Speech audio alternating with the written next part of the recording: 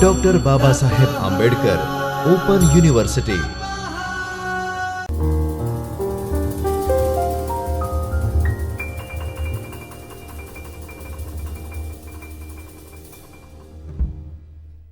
Namaskar.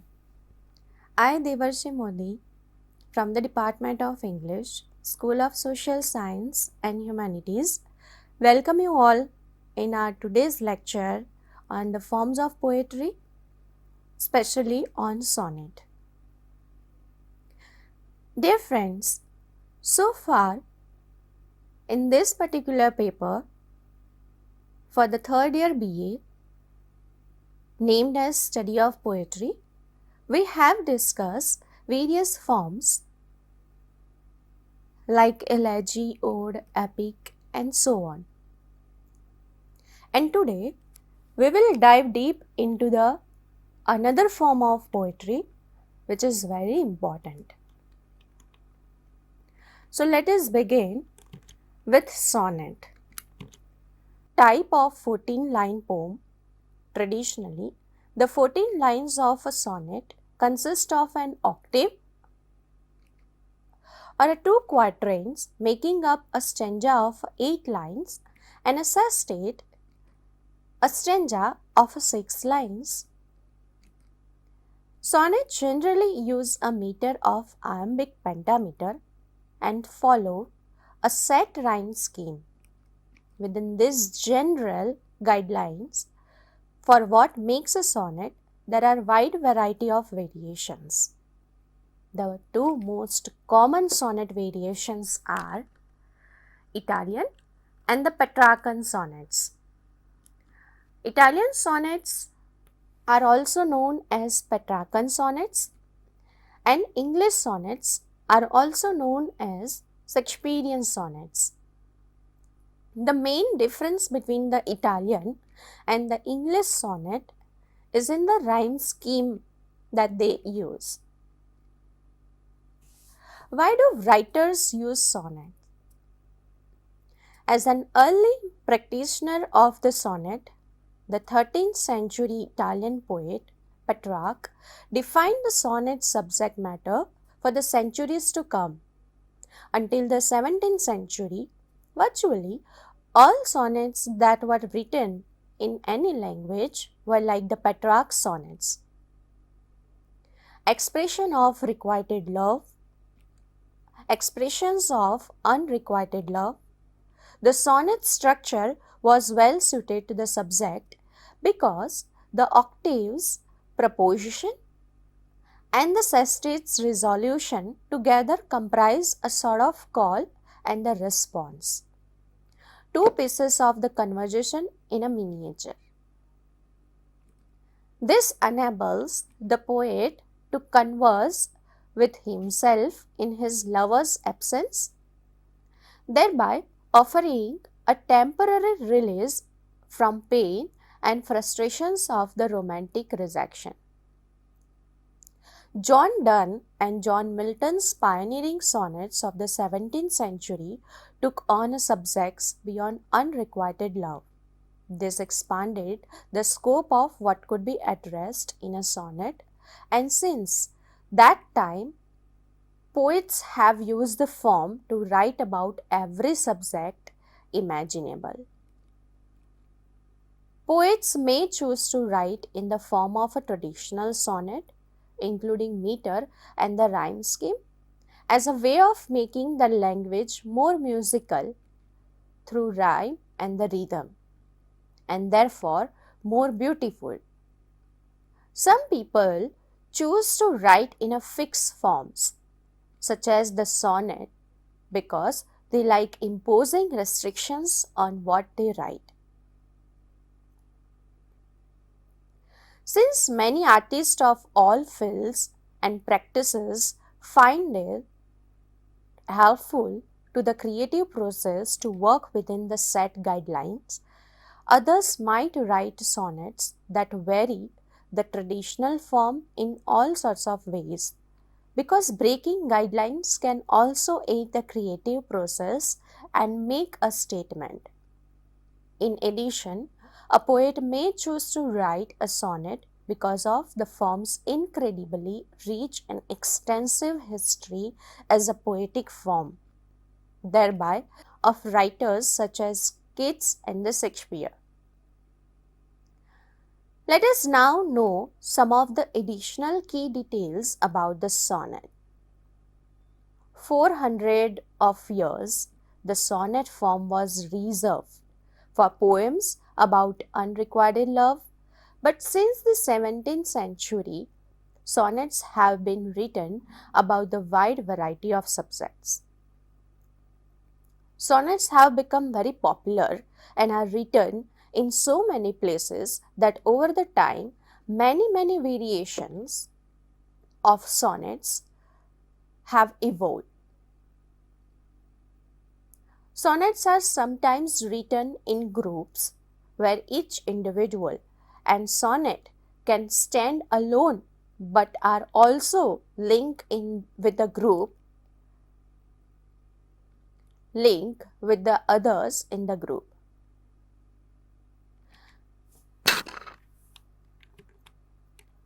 Friends, let us focus on the meter that are being used in general in a sonnet. Many but not all the sonnets have a strict meter and defined rhyme scheme. For that reason, it's helpful to have a strong grasp of what meter and the rhyme scheme are. A pattern of stressed and unstressed syllables that creates a rhythm of lines of poetry. The units of meter are called fit. Fit have different stress patterns. For instance, an iamb is a foot with an unstressed syllable followed by stressed syllable. See for example the word define. While a trochee has the opposite, a stressed syllable followed by unstressed syllable. Say for example the word pour. Poetic meters are defined by both the type and the number of the feet that they contain. For example, iambic pentameter is a type of meter used in many sonnets that contains 5 iamb per line. Thus, prefix penta, which means 5.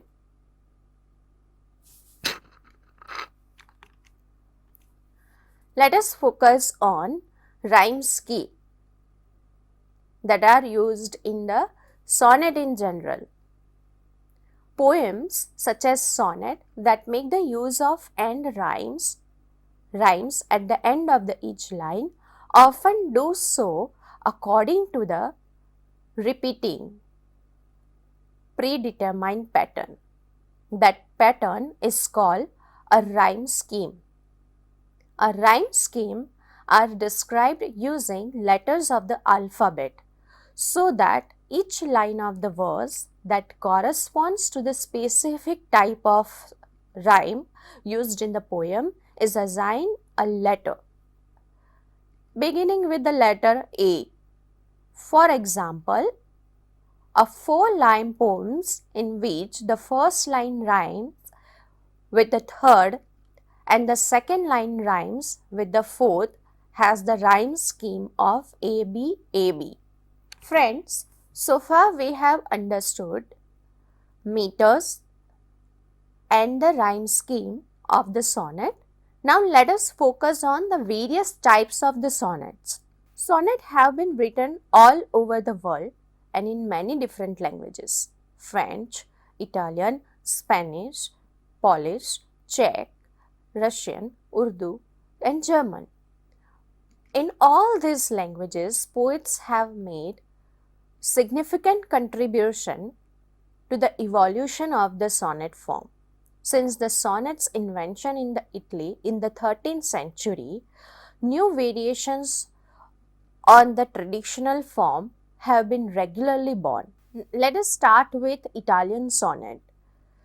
The Italian sonnet, although the form of the sonnet is said to have been invented by the Giacomo di Lentini in the 13th century, it was popularized by the poet from the Tuscany named Petrarch, who used the form to write poems expressing his unrequited love for the woman named Laura. The original form of the Italian sonnet is therefore known as the Petrarchan sonnet. Consisting of 14 lines total, the poem begins with 2 quatrains, stanzas of 4 lines that make up a unit called octave, and poem ends with the 2 tercettes, stanzas of 3 lines that make up of a single 6-line stanza called sestet. The standard rhyme scheme for the octave is A B B A B B A, while the rhyme scheme for the sestet is either C D E D C E or C D C or D C D. The typical structure of the Italian sonnet is for the octave to contain what's called proposition, which established a problem, such as unrequited love, or a question, such as does she love me? The sestet is concerned with the resolving the problem or the question, and it almost always contain a turn which signals a shift in the poem's focus from the problem to the resolution.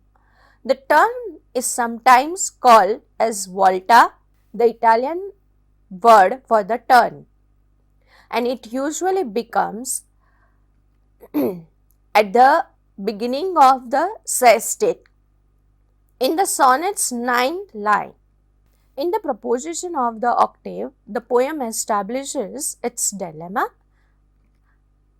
and subject, the vanity of the poet's passion for his beloved. Now let us see the next sort of sonnet, that is English sonnet.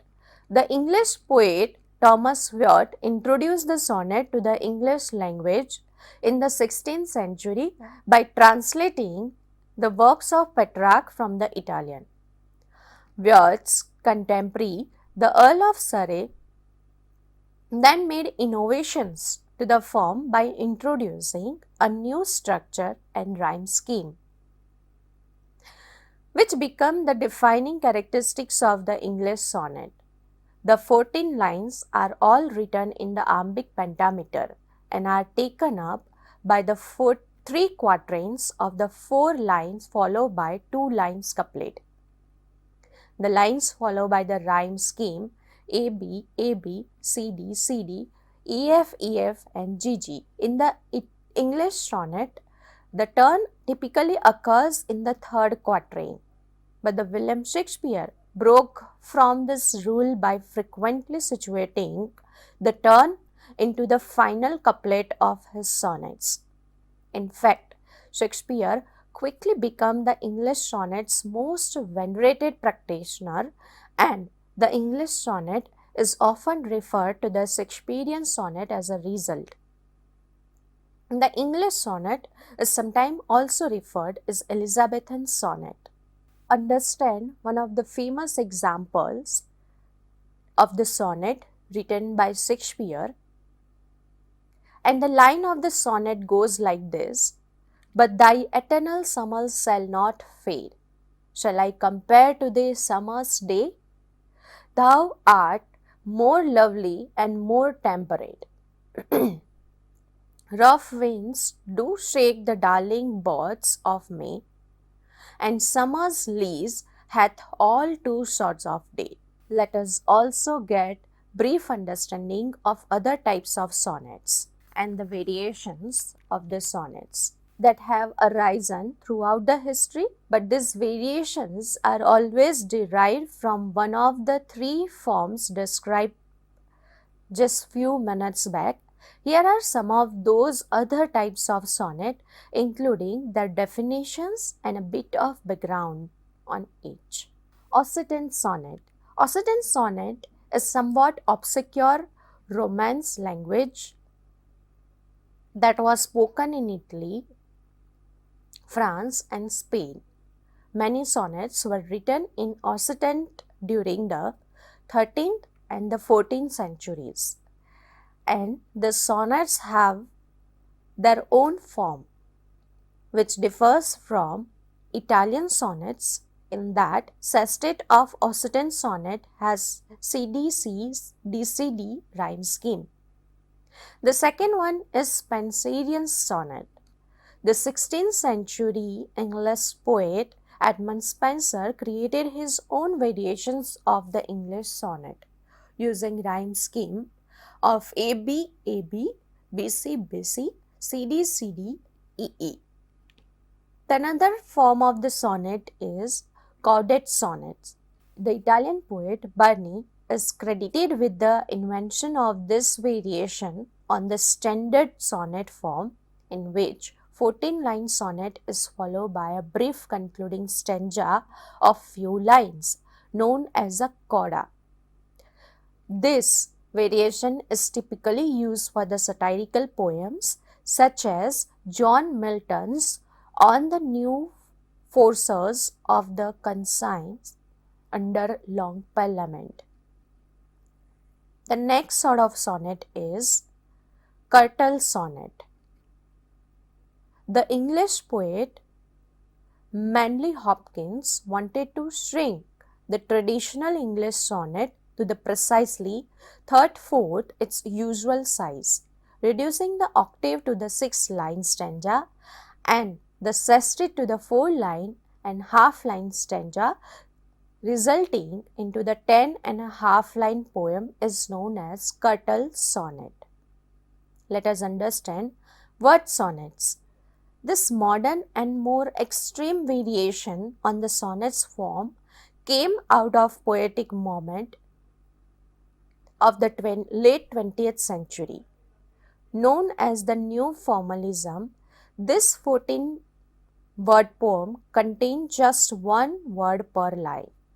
The very existence of this form testifies to the drastic expansion of the definition of the sonnet that took place over the course of the 20th century. Now let us focus on the subject matter of the sonnet. The subject matter in the sonnet, with a few exceptions, Italian sonnets and the early English sonnets, are about unrequited love. Then in the 17th century, John Dryden began writing religious sonnets, and shortly thereafter John Milton began using form for everything from satirical poems to the more serious poems of soul-searching and reflection. In the 19th century, the sonnet's popularity among the poets around the globe soared such that by the end of the century, so many variations had been made to the form that it was seen as well suited to any subject matter. Today, as a result, sonnets don't have to take any particular subject as their focus. Many sonnets consist of 14 lines that aren't broke up into distinct stanzas. However, it is common to use the term octave and the sestet to refer to the different sections of the sonnet. Even if there are no line breaks in poem, differentiate the first 8 lines from the last 6 lines. This is because the octave and the sestet, along with the proposition and the resolution that traditionally belong to each, are so important to the form that the terms are even used to analyze sonnets that don't have distinct stanzas. Often sonnets such as this will use indentation, periods, or other forms of punctuation to create a pause and natural breaks in the place of an actual stanza break. Let us see a famous example and understand this first stanza of the Milton's sonnet named as When I Consider How My Light is Spent. Milton wrote sonnets that were not about unrequited love, breaking with the Petrarchan and the Shakespearean tradition. Rather, Milton's sonnets were often meditative on life and the death. This sonnet follows the traditional Petrarchan rhyme scheme of AB, BA, AB, BA, CDE and CDE. So the line of the sonnet goes like this: when I consider how my light is spent, I half my days in the dark world and wide, and that one talent which is to hide, long with me useless, though my soul more bent, to serve therewith my Maker unpresent. Friends, with this note, I end my today's discussion on sonnet. I hope you found this entire presentation on the sonnet very useful for your curriculum. We will be going to meet soon in the next lecture with few more remaining forms. Till then, keep learning. Take care. Thank you.